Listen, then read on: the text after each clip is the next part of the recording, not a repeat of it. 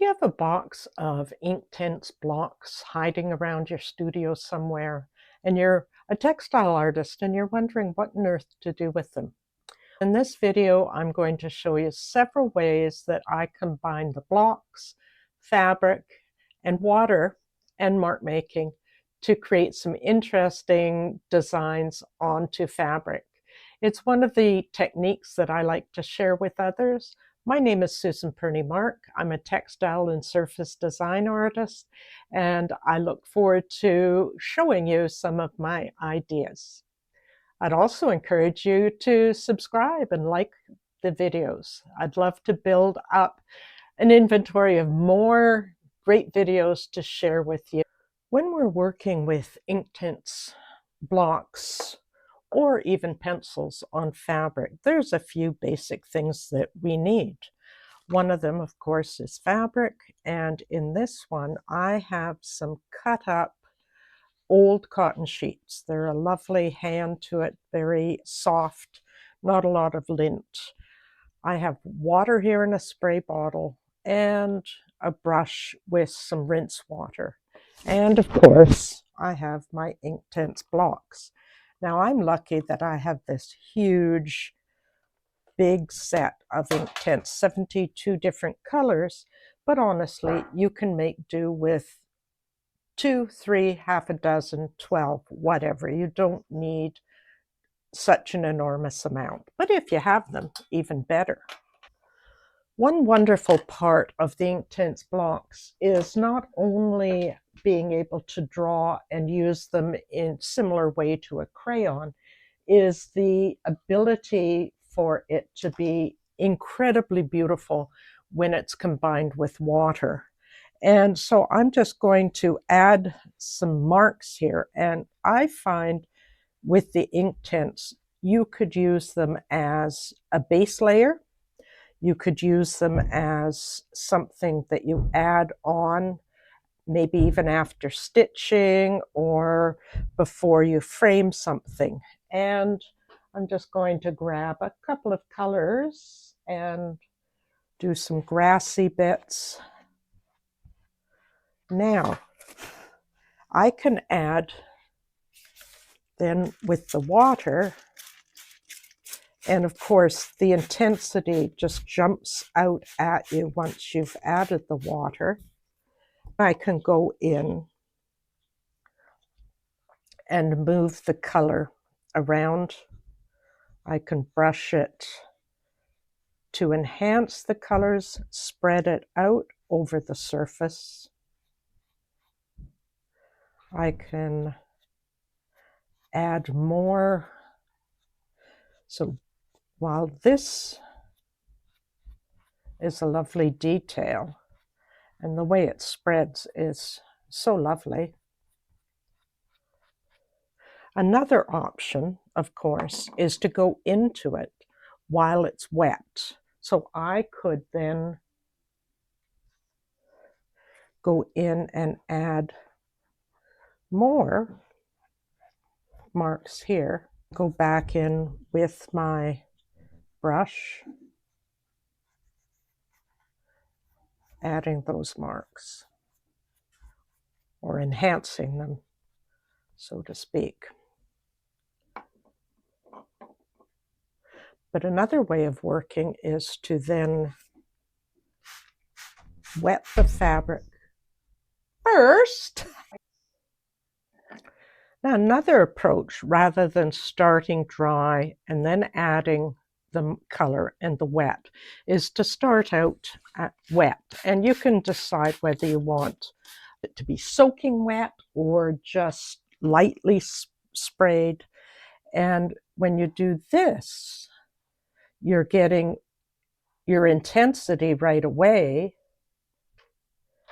and the colors almost melt into the surface of the fabric. The water seems to grab it and move. And then you can go back in with a brush and mark it up. And I think this way you're getting more of a watercolor effect. You could have a lot of fun with shading and moving the marks across the surface of the fabric.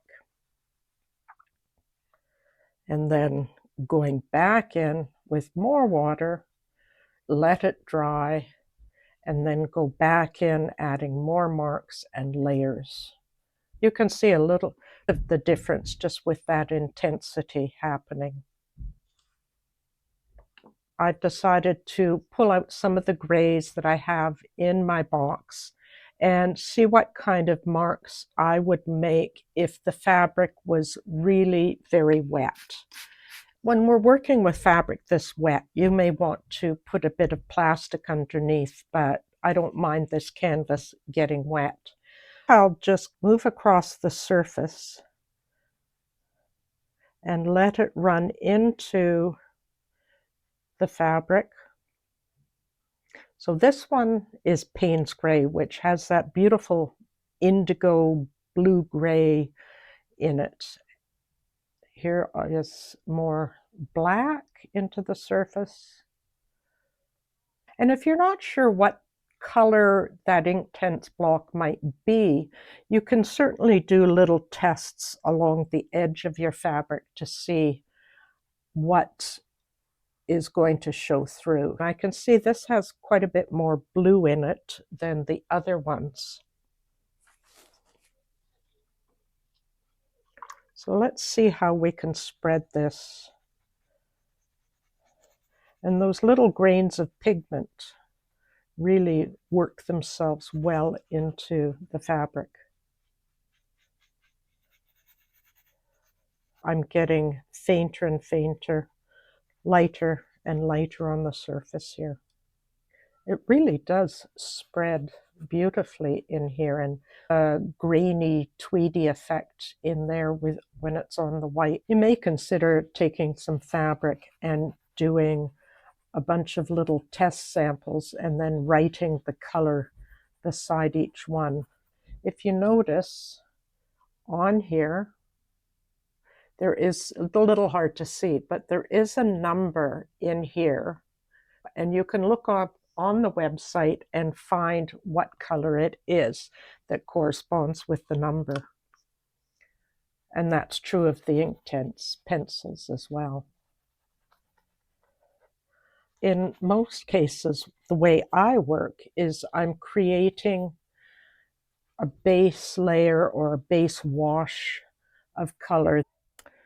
Two things I'd like to point out. You will get color onto your fingers, and if that's something that you don't want to deal with, I'd recommend wearing a pair of gloves to protect your hands. This is what came out from underneath of that linen, and this is raw artist canvas that I use quite a bit for different marks and different ways of working, and it's made a nice design. I could go back into that if I wanted to and do something with it. But let's carry on. Here's another small piece of linen. For some reason, I put on some stabilizer on the back. Maybe I had planned on doing some stitching through it. And I've sprayed it really wet. In fact, I'll spray it a bit more. And I'm going to work through just adding color. And then I'll go back in with the brush, making some details on here to complement the black. So there, it's interesting how the black gets all pulled together and gives it some cohesiveness on that. So again, applique, add some stitching, something similar. I've put some cotton down to just protect this particular piece of linen from getting some marks on the surface. And I've chosen some brighter colors here.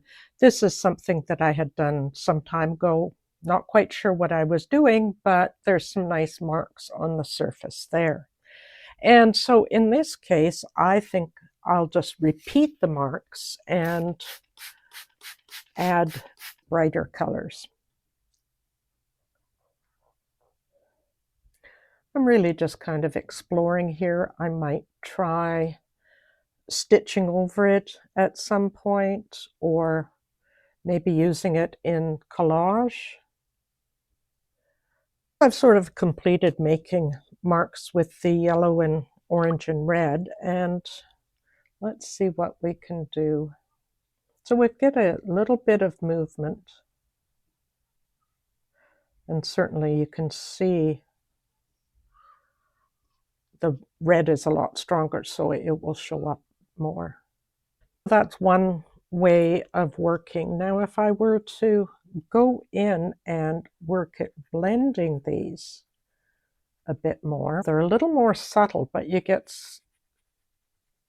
the blending of the colors. And if you were to go sort of diagonally, so think about the direction that you're moving your brush across. I could go back in with more ink or maybe markers, fine tip markers, add some details in there. It's just one way of working that then I can explore more and more. I thought I'd like to end by showing you some of the finished pieces or completed pieces that I've done on canvas. So I've mentioned a few times about using the raw artist canvas. And in this case, I have combined fluid acrylics and some of the Inktense blocks. So going into this area with the blocks just to define the shapes, and then doing washes with the watered down fluid acrylics and adding a few more details with the Inktense. As I mentioned, it can be a process of several different ways of working, and this is another one, more of the fluid acrylic than the Inktense, but I know I've gone into these areas in the shapes and down below in the shadows for this piece. Here's one that I had done, a landscape of mountains, and the Inktense into this area, the fluid acrylic, very loose. The canvas was wet when I applied it, and so it moved a little bit more, and I've done some stitching. I want to see how I could use the stitching lines onto that surface. This is very much an experiment. I wanted to see how I could go into the canvas with the Inktense, creating an abstract landscape. You can see on the side where I've been testing a few of the blues because this is far too turquoise for my liking. I thought maybe I would try wetting this again and going back in with a blue. I've decided on this one just to add a little bit less turquoise and more of a sky color. You can break these and get smaller pieces. You may find them easier to work with. I'm just ever so lightly going in, and I'll work it, blending this in because it's way, way too blue for me.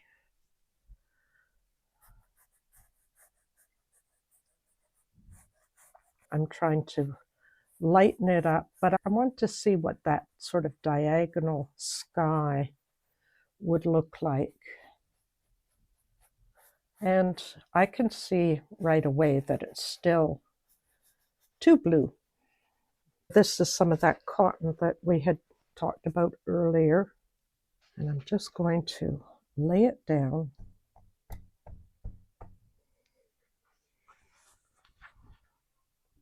I want it to absorb some of that blue.